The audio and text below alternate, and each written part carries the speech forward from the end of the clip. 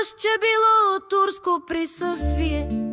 Това шега ли е, така ли? Как забрави историята 5 века под ярема, нали? Не вярваш ли, ще те заведа до гробището край Пловдив?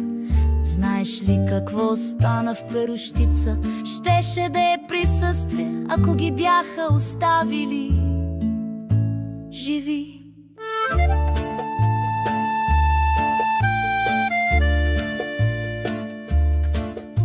Наричаш ли присъствие това да горят църква децата? Вътре плачат.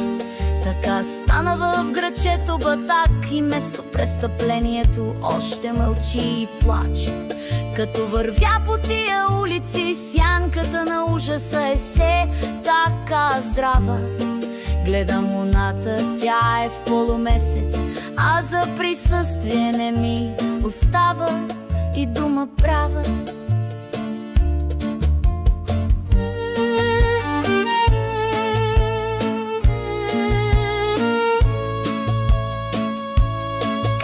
Че било омраза към вярата, да спомена за извършените злини.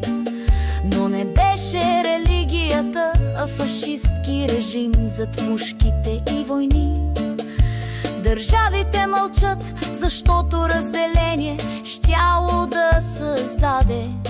Но аз знам какво стана в Перущица и помненето е мой дълг, не твое право да ми го вземеш. Не.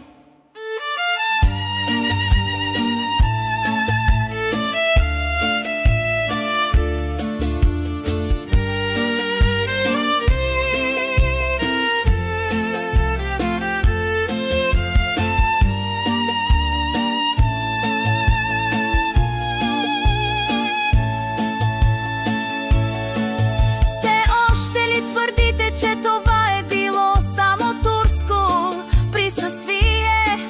Това шега ли е, питам отново.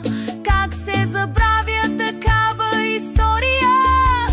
5 века робство, не просто някакъв знак.